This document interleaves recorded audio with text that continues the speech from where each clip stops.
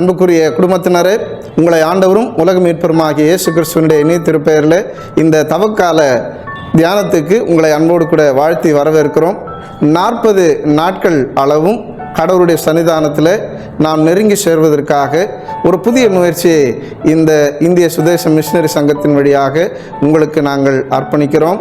கடந்த ஆண்டை போலவே இந்த ஆண்டும் நீங்கள் எங்களுக்கு இதில் ஒத்துழைப்பு தருவீர்கள் என்று நாங்கள் கர்த்தருடைய சமூகத்தில் நிற்கிறோம். இந்த ஆண்டு லூக்கா நற்செய்தி நூலில் இயேசு என்கிற பதத்தில் நாம் தியானிக்க இருக்கிறோம். அநேக அற்புதமான சிந்தனைகளை நீங்கள் பெற இருக்கிறீர்கள். தொடர்ந்து இந்த வழிபாடுகளில் நீங்கள் கலந்து கொள்ளுங்கள். கடவுள் உங்களை நிறைவாய் ஆசீர்வதிப்பாராக. நாம் ஜெபத்தோடு இந்த முதல் லெந்து நாளின் சிந்தனைகளை நாம் பெரும்படியாக கடவுள் நமக்கு உதவி செய்வாராக. இந்த தவக்காலத்தினுடைய துவக்க நாளில் நாம் தலைகளை தாழ்த்தி ஆண்டவருடைய சமூகத்தில் நம்மை தாழ்த்துவோம். என்னை சுமந்த தோள்கள் மீது ஏன சிலுவையா, எந்தன் உருவம் வரைந்த உள்ளங்கைகளில் கொடியானிகளா, என்னை சுமந்த தோள்கள் மீது ஏன சிலுவையா. ஆமாம் ஆண்டவரே, எங்களை சுமந்த தோள்கள் ஒவ்வொரு முறை எங்களை சுமக்கும் பொழுதும் மகிழ்ந்து அதை பெருமையோடும் உரிமையோடும் சொல்லுகின்ற அனுபவங்களுக்காக நன்றி செலுத்துகிறோம். ஒரு தகப்பன் தன் பிள்ளையை சுமந்து வந்தது போல நான் உங்களை சுமந்து வந்ததை கண்டீர்களே என்று உறவோடு கூட நீர் எங்களுக்கு தருகிற இந்த அன்பான வாய்ப்புக்காய் ஸ்தோத்திரம். 2024ஆம் ஆண்டில் மற்றும் ஒரு தவக்காலத்தினுடைய சிந்தனைகளில் எங்களை ஒரே குடும்பமாக அர்ப்பணிக்கிறோம்.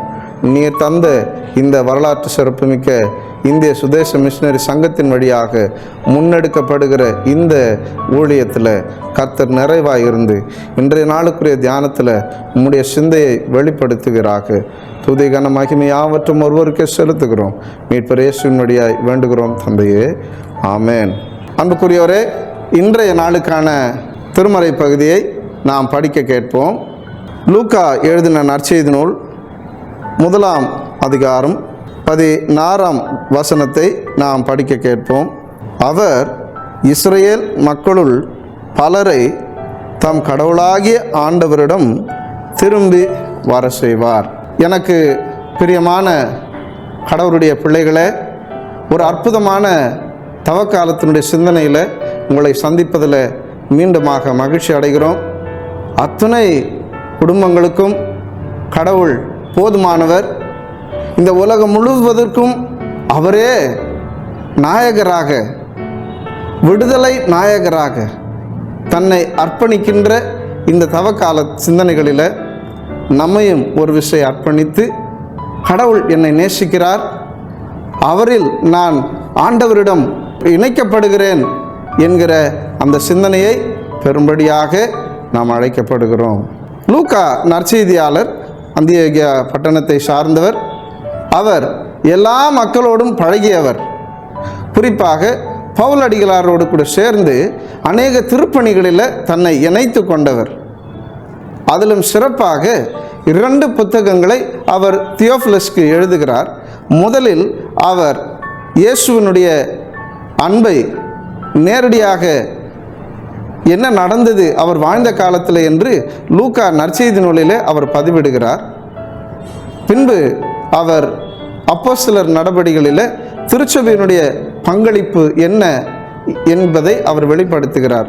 லூக்கா ரொம்ப ஷார்ட்டாக நம்ம பார்த்தோம்னா, யோவான் ஸ்நானகன் வரைக்கும் இருந்த இஸ்ரேல் மக்களுடைய வரலாறு, அதன் பிறகு இயேசுவின் காலத்தில் இருக்கிற வரலாறு, அதன் பிறகு திருச்சபையின் வரலாறு என்று சொல்லி 3 வகையான சிந்தனைகளில் அவர் இந்த நாளில் நம்மோடு கூட நிற்கிறார்.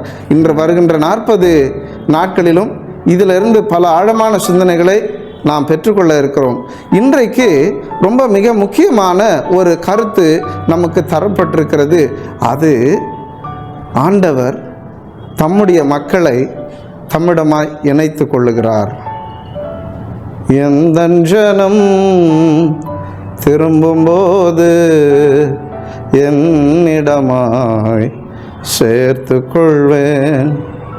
எந்தன் ஜனம் திரும்பும்போது என்னிடமாய் சேர்த்து கொள்வேன்.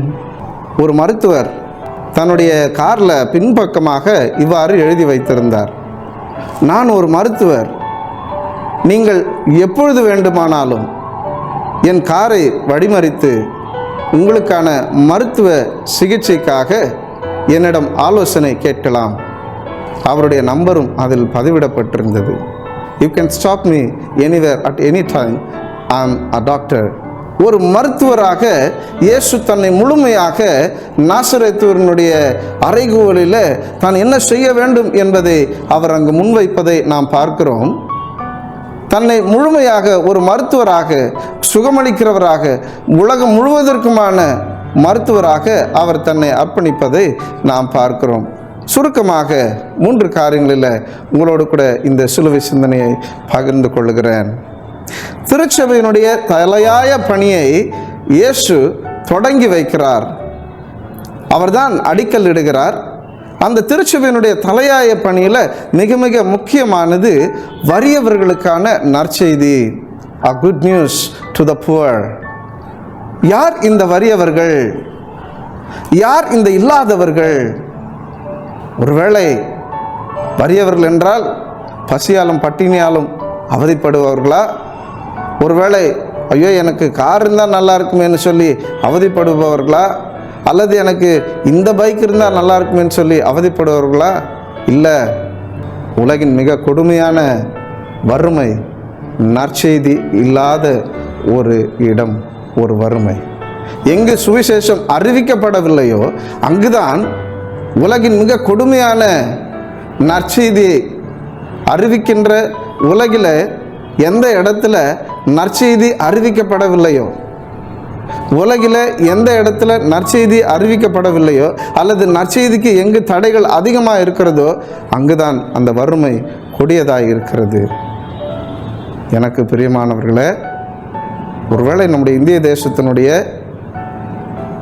நீங்கள் சூழ்நிலையை எடுத்துக்கொண்டால் கூட தென்னகம் முழுமையாக வளர்ந்திருப்பதனுடைய காரணம் மிஷினரிகளுடைய கல்வி பணியும் மருத்துவ பணியும் அவர்களால் தரப்பட்ட இந்த முழுமையான மாற்றமும் என்பதை இந்திய வரலாறு மறுக்க முடியாது.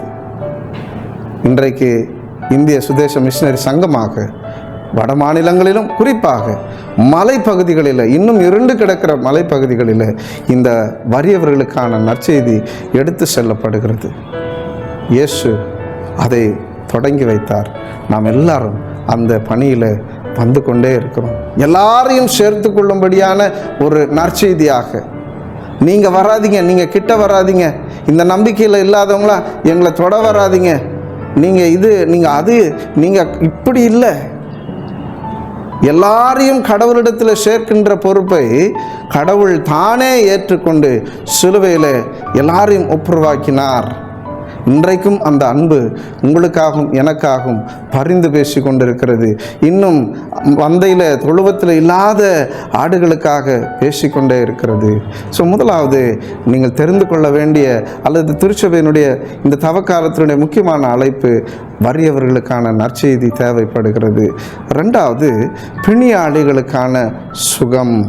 ஒரு மருத்துவராக லூக்கா அநேக சிந்தனைகளை அவர் தன்னுடைய புத்தகத்தில் குறிப்பிடுகிறார். குறிப்பாக த சைட்லைன்டு பீப்புள், விமன், பெண்கள், சமாரியர்கள், ரொம்ப கொடுமையான நிலையில் இருக்கிற நோயாளிகளை எல்லாம் அவர் இயேசுவினுடைய அருகில் கொண்டு வந்து, அவர்களும் படைப்பில் முக்கியத்துவம் பெறுகிறவர்கள், அவர்களும் இயேசுவின் படைப்பாளிகள், அவர் உடன் படைப்பாளிகள் என்பதை அங்கு உணர்த்துகிறார். இந்த சமூகம் முழுமையாக பெரிதாக வளர வேண்டும் என்று சொன்னால் அதற்கு மிக முக்கியமான ஒரு தீர்வு இந்த சைட்லைன்டு பீப்புள், ஓரம் கட்டப்பட்ட மக்கள், ஒதுக்கப்பட்ட மக்கள், இவர்கள் எல்லாரும் இல்லை என்று நசுக்கப்பட்ட மக்கள் எல்லாருமே இயேசுவினுடைய சிலுவையின் அண்டையில் ஒப்புரவாக்கப்படும்படியாக இந்த திருச்சபை அவர்களை முன்னிறுத்த வேண்டும். பிளவுபடுகிற எந்த சமுதாயமும் பரலோகத்தை ரசிக்க முடியாது, காண முடியாது. அதைத்தான் இன்றைக்கு இந்த வசனம் குறிப்பிடுகிறது. எல்லாரையும் அவருடைய சமூகத்தில் அவர் இணைத்து கொள்ளுவார். எனக்குள் பிரியமானவர்களே, 3வது சிந்தனையாக அனைவருக்குமான கடவுள் என்பதை உங்களோடு கூட பகிர்ந்து கொள்கிறேன்.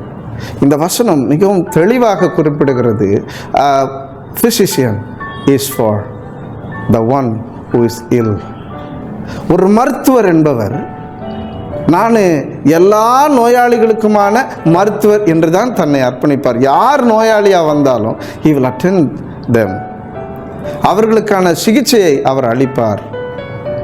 என் இயேசு சகல ஜனங்களுக்கும், என் இயேசு சகல மனிதருக்கும் அவர் பிணியாளிகளை சுகமாக்குகிற வலிமையை கொடுத்திருக்கிறார், வல்லமையை கொடுத்திருக்கிறார். அவர் மாத்திரமல்ல, அவரை நம்பி இந்த ஊழியத்தில் இருக்கிற மிஷினரிகளுக்கு, சாதாரண மக்களுக்கு எல்லாருக்குமே அந்த வலிமையை கொடுத்திருக்கிறார்.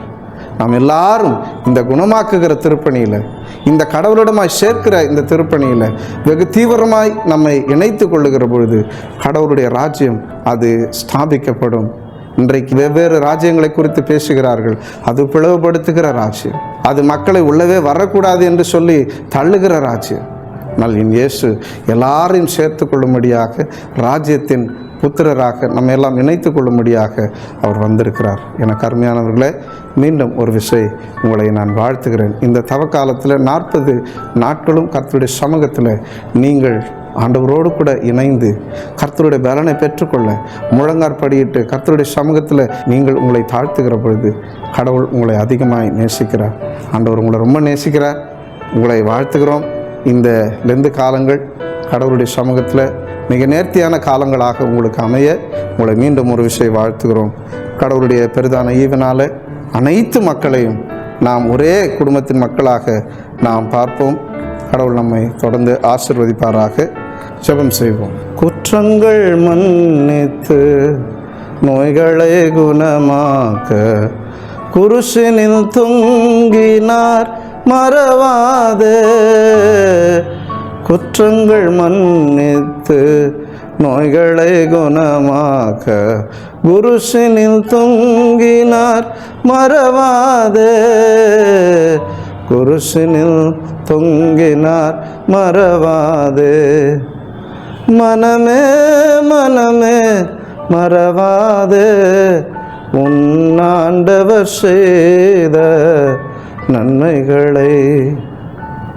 அன்பின் ஆண்டவரே, இன்றைக்கும் எல்லா மக்களையும் ஒன்றிணைக்கும் திருப்பணியை உம்முடைய திருச்சபையின் வாயிலாக முன்னெடுக்கிறவரே, சகல மனிதருக்குமான குணமாக்குதலை முன்னெடுப்பவரே, இந்திய சுதேச மிஷினரி இயக்கத்தினுடைய சார்பாக எங்களுடைய இந்தியா தேசத்தில் உள்ள ஒவ்வொரு திருச்சபைகள், தனிநபர்கள், மிஷினரி இயக்கங்கள் என பல்வேறு நிலைகளில் இந்த ஒன்றிணைப்புக்காக பாடுபடுகிற ஒவ்வொரு மக்களையும் உம்முடைய திருக்கரத்தில் வைக்கிறோம். உம்முடைய கருவிகளாக நீர் பயன்படுத்தி நீர் எதிர்பார்க்கிற சமுதாயத்தை, நீர் எதிர்பார்க்கிற உம்முடைய ராஜ்யம் வருவதாக என்று சொல்லி நாங்கள் ஜெபித்து கொண்டிருக்கிற அந்த சமத்துவ ராஜ்யம் அமையும்படி கடவுள் தொடர்ந்து துணை புரிவீராக. வாழ்த்தி ஜெபிக்கிறோம் ஐயா. இந்த தவக்காலங்கள் முழுவதும் நாங்கள் உமக்குள்ளாக எங்களை மீண்டும் கட்டி எழுப்ப, எங்களை மீண்டும் அனலூட்டும்படியாக பரிசுத்த ஆவியானவர் கிருபை பாராட்டுங்க. எந்த நோக்கத்துக்காக திருச்சபை அழைக்கப்பட்டதோ அந்த நோக்கத்தில் நாங்கள் தொடர்ந்து வளரும்படியாக, லக்கை நோக்கி தொடரும்படியாக, கிறிஸ்துவின் அன்பை சுமக்கும்படியாக, சிலுவை நிழலில் எங்களை ஒன்றிக்கும்படியாக, எங்களுடைய பிளவுகள் எல்லாம் நீக்கப்பட்டு நாங்கள் எல்லாரும் ஒன்றாக இருக்க வேண்டும் என்கிற அந்த எண்ணத்தில் நீர் எங்களை தொடர்ந்து நடத்துங்க. இதை கேட்டுக்கொண்டிருக்கிற அன்பு மக்களுடைய வாழ்க்கையில் ஒருவேளை மனதில் பிளவுகள் இருக்கும் என்று சொன்னார், ஒருவேளை உடல் சுகவீனம் இருக்கும் என்று சொன்னார், பிணியாளிகளை சுகப்படுத்துகிற ஆண்டவர் நீர் தொடர்ந்து சுகப்படுத்துங்க, காத்துக்கொள்ளுங்க. மேலானவரை நாடுகிறோம், பொறுப்பேற்றுக்கொள்ளும். நீ பெரேசும் வழியாய் வேண்டுகிறோம் பிதாவே, ஆமென். ஆண்டவருடைய இரக்கமுள்ள கிருபைக்கும் பராமரிப்புக்கும் உங்களை ஒப்பு கொடுக்கிறோம். தந்தை, மைந்தன், தூய ஆவியராகி மூவர் கடவுளின் ஆசீர்வாதம் உங்களுடைய போதும் நிலைத்திருந்து காப்பதாக. ஆமென். God bless you. இந்த தவக்காலங்களில் கடவுளுடைய பேரன்பை நீங்கள் தொடர்ந்து பற்றி கொள்ளுங்கள். இந்த national missionary society of India என்கிற யூடியூப் சேனலை நீங்கள் சப்ஸ்கிரைப் செய்து அதை மற்றவர்களுக்கும் நீங்கள் பகிர்ந்து ஆசீர்வாதத்தை பெற்றுக்கொள்ளுங்கள். அநேக சாட்சிகள் உண்டு, அதிலும் நீங்கள் பெற்று கடவுளுடைய வாழ்க்கையில் உங்களை அவர் நினைத்து கொள்ளும்படியாக அவர் பாராட்டின கிருபைகளை நீங்கள் எண்ணி துதியுங்கள். நாம் உயிர்த்தெழுதலின் அனுபவத்தில் இணைக்கப்படுகிறோம். சிலுவை நிழலில் இணைக்கப்படுகிறோம். இந்த அழகான ஒன்றிப்பை தந்த ஆண்டவருக்கு மீண்டும் ஒரு விஷயம் நன்றி செலுத்தி உங்கள் அனைவரையும் வாழ்த்துகிறோம். கடவுள் தாமே உங்களை ஆசீர்வதிப்பாராக. ஆமென்.